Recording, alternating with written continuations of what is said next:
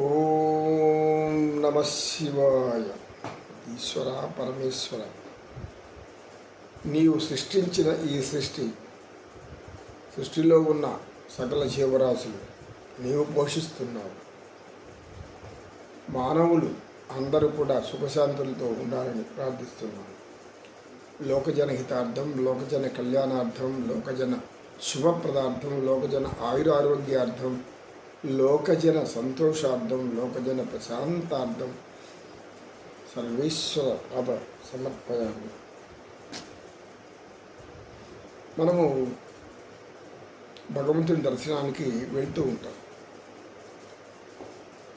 అందరూ ఎవరైనా సరే అందరూ కూడా దైవం ఉందనేటువంటి నమ్మకం అందరిలో ఉంది.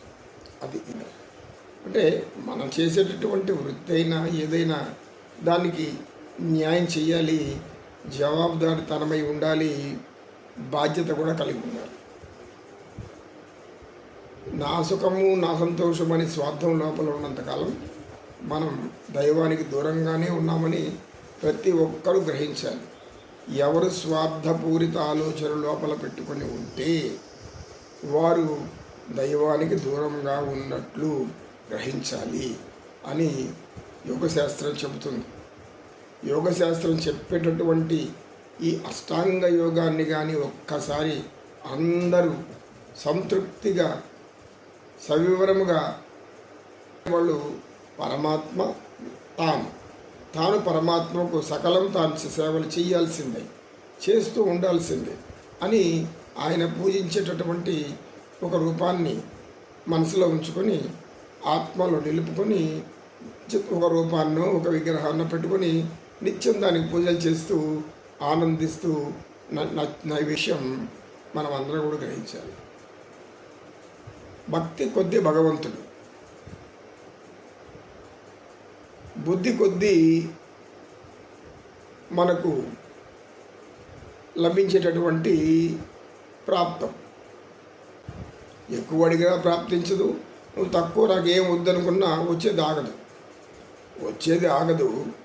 నువ్వు వద్దనుకుంటే, నువ్వు కావాలనుకుంటే నీకు రాకూడదు, రాదు. ఇది ఒక గొప్ప సూత్రం. ఎందుకు? భగవంతుని చేతిలో ఉండే విషయం అది. మనం అనుకుంటే అయ్యే పని కాదు.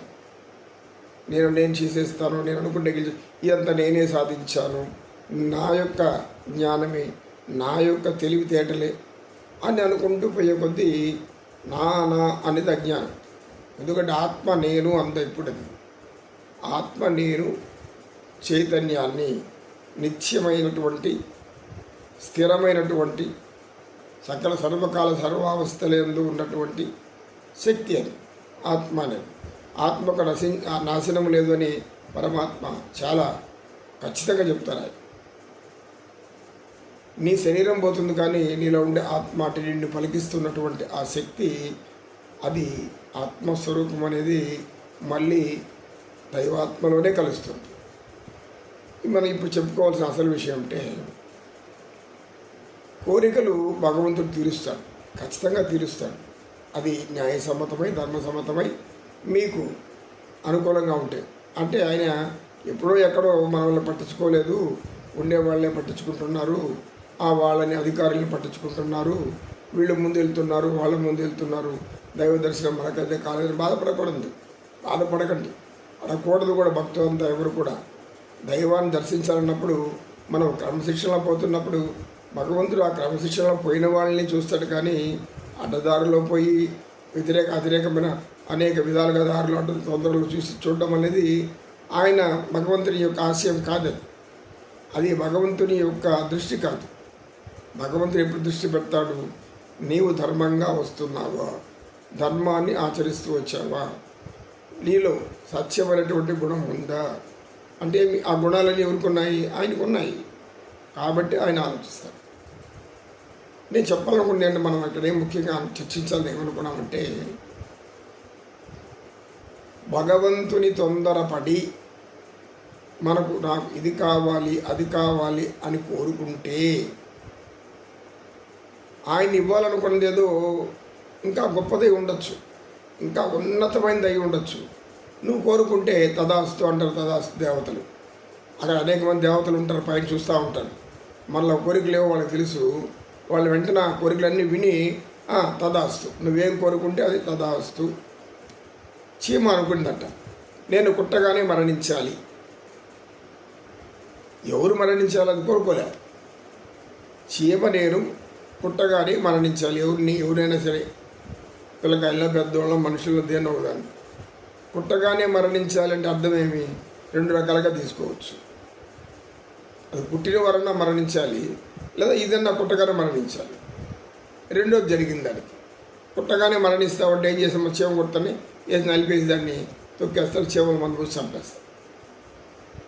కనుక భగవంతుని ఏమి కోరాలనుకుంటామో ఆ కోరికలు నీలో ఉన్న వాడికి నీకేం కావాలో అర్థం కదా, నమస్కారం పెట్టండి, అంత భక్తి చూపెట్టండి. ఆయనకు ఆనందాన్ని ఇచ్చేది భక్తి, ప్రేమ, విశ్వాసం, నమ్మకం, శ్రద్ధ, జ్ఞానం. ఇవి ఆయనకు కావాల్సింది. ఇవి ఇస్తే మనం ఆయన తీసుకుంటారు. అవి కాకుండా మనం ఇంకేమి ఇచ్చినా ఆయన తీసుకోరు. ఎటేమి ఆయనకి ఎందుకు? అంతా తానే ఉన్నప్పుడు మన వాళ్ళ నుంచి ఆయన తీసుకుంటారు, మనకి ఆయన ఇస్తున్నప్పుడు. కనుక చిన్న చిన్న కోరికలు పెట్టుకొని పోతే మీకు ఏదైనా గొప్ప కోరికలు ఇవ్వాలని ఆయన మనసులో ఉండొచ్చు. అది సరే, నీ చిన్న కోరికతో నీ పోనీ కర్మాన్ని వదిలేస్తారు తదాస్తు దేవత. తొందరపడి ఏది కొరద్దు.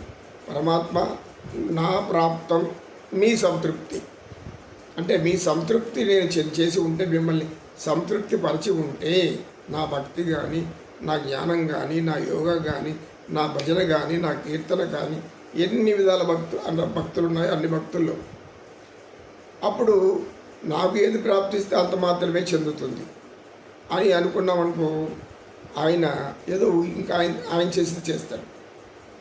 మనకు ఉదాహరణకు శ్రీకృష్ణ కుచేల, ఇది అనేక మాట చెప్పుకున్నాం. కుచేలుడు ఎంత పేదవాడైపోయినా, ఎంత బాధలున్నా కష్టాలున్నా మిత్రుడిని అడగాలి అనుకోడు. ఎందుకు? స్నేహితుడు, అతను ఇప్పుడు బాగా రాజ్యాన్ని పరిపాలిస్తున్నాడు, ఒక ఉన్నతమైన స్థితిలో ఉన్నాడు, ఆయన ఉంటే నేను ఉన్నట్లే అనుకొని మనసులో ఆయన ఆనందిస్తూ ఉంటాడు. కుచేలు ఎప్పుడు కూడా నా స్నేహితుడు చక్రవర్తి అయినాడు, రాజు అయిపోయినాడు, బాగా సంపదలో తొలదూగుతున్నాడు, అష్టభార్యలతో ఆనందిస్తున్నాడు, నాకు ఇది లేదని ఈర్ష్యపడతారు భక్తులు. స్నేహితులు ఎవరు ఈర్ష్యపడరు. నిజమైన స్నేహం కలిగిన వారు ఈర్ష్యపడరు, అసూయ పడరు. వాళ్ళు మన మిత్రుడు ఆనందంగా ఉంటే, సంతోషంగా ఉంటే మనకు కూడా సంతోషం. ఎందుకు? ఆయన ఆనందిస్తున్నారు, అది చూసి మనం ఆనందిస్తే హాయిగా ఉండొచ్చు, ప్రశాంతంగా ఉండొచ్చు. కరుణ కలిగిందా, ఆయనే కనికరిస్తాడు. మనం ఎందుకు అని అనుకుంటూ ఉంటాడు కుచేలుడు. కానీ ఆయన భార్య అలా అందు. ఇంత బాధలు పడుతూ, ఇంత దరిద్ర స్థితిలో ఉన్నప్పుడు నువ్వెందుకు పరమాత్మని చిన్ననాటి స్నేహితుడిపై అడుగుపెడుతూ అని అంటుంది. సరే, భార్య మాటలు ఇంకా ఆయన ఏమి భరించలేక, తట్టుకోలేక, సరే ఆమె కోరికైనా తీరుస్తాం, ఎందుకు మన కోరిక పోతే పోయింది, ఆమె కోరిక కోసమైనా పోతాం అనుకో, ప్రయాణమయ్యాడు. అప్పుడు ఏమంటాడు? ఒట్టి చేతులతో ఎట్లా పోయేది? రాజులను చూడడానికి కానీ, గొప్ప అధికారులను చూడడానికి కానీ, స్నేహితులను చూడడానికి కానీ ఒట్టి చేతులతో పోరు మతిమంతులు అనేటువంటి ఒక సూక్తి ఉంది. ఎవరిని చూడడానికి వెళ్ళినా ఒట్టి చేతులతో పోకూడదనేది. ఏదో పండో, లేదంటే కాయో, లేదో ఇంకేదో చిన్న చిన్న వస్తువులు ఇష్టమైనది తీసుకెళ్ళి ఇస్తే అది సంతృప్తి. మన కోసం మన మిత్రుడు లేదా మన బంధువు ఇంత దూరం నుంచి తెచ్చిచ్చాడు, ఆనందం. అట్లా ఆనందించడం అనేది మనకు ఆనందం. అబ్బా, ఇంత తృప్తి చెందాడు నా మిత్రుడు, నేను తృప్తిపరిచాను, శాంతపరిచాను, నాకు ఇది చాలు అని అనుకుంటారు. అదేవిధంగా కుచేలుడు కూడా ఏం ఇవ్వాలంటే, మా భార్య అట్ట చూసేయడం మూల డబ్బాలో మగ్గిపోయిన అవి కూడా వాసన వస్తున్నాయి. ఆ వాసన పిడికిల 3 పిడికిళ్ళ అటుకులు తీసి ఆయన పంచలో కట్టింది. ఆ పంచ ఎలా ఉంది? మాసిపోయి దుర్గంధంగా ఉంది, ఉతికి చాలా రోజులు ఎంటుగా ఉందాన్ని, సోపులు కూడా లేదు వాళ్ళ దగ్గర పాపం. అలా దాన్ని వేసుకొని ఆయన పోయినాడు. పోతే బట్టలు ఆవు అన్నారు. సరే, ఈ మాట చెప్పబ్బా, మీ సుధాముడు వచ్చున్నాడు అని చెప్తాను ఆయన వెంటనే ఆయన పరిగెత్తుకుంటూ వచ్చేస్తాడు. స్నేహధర్మం ఎంత గొప్పదో చూడండి. పరిగెత్తుకుంటూ వచ్చేస్తాడు ఆయనే నేరుగా. అది ఏం మిత్రమా, ఎందుకు ఇక్కడే ఇంతకాలం ఎందుకు కలవలేదు రా అంట. నువ్వెందుకు నా దగ్గరికి రాలేదు ఈయన అడగడు. ఇంకా ఎందుకు, ఆయనకి ఆ రాజు, ఆయన అనేక కార్యక్రమాలు ఉంటాయి, అనేక కార్యక్రమాల్లో ఆయన చాలా సతమతమవుతూ ఉంటారు. కనుక మనం ఎందుకు అతనికి ఇబ్బంది కలిగించాలని కుచేలుడు భావించి ఉండవచ్చు. ఇది పరకాయ ప్రవేశం. అంటే మనం ఇలా అనుకుంటాం, కుచేలుడు ఏమన్నా మనకు తెలియదు కాబట్టి మనం అనుకుంటున్నాం ఇలా అని. పరమాత్మ ఇంకేం చేయాలో చేశాడు. అవి అటుకులు ఆ మగ్గిపోయిన గుడ్డలో ఉన్న మసిపోయిన గుడ్డలో ఉన్న అటుకులు తీసి కొద్దిగా ఒక చేసుకోవడంతో మళ్ళీ ఇంకొంచెం తినాలని అనుకుంటాడు. ఇక మూడో తినాలన్నప్పుడు రుక్మిణీదేవి ఆపేస్తుంది. ఎందుకు? లక్ష్మీదేవి, ఆమెకు తెలుసు అంతా.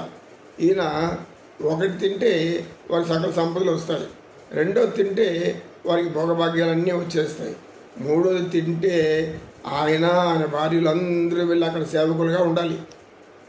ఇది ఆమె గ్రహించింది. ఆకు చాలు తిరిగిన స్వామి, ఇప్పటికి చిన్న ఎక్కువ అని చెప్తా. పాపం పరమాత్మ సరే భార్య మటుకు తినాలి కదా, ఆపేస్తాడు. ఇలా మనం కోరుకోవాలనుకున్నది భగవంతుడికి తెలియదా? తెలుసు.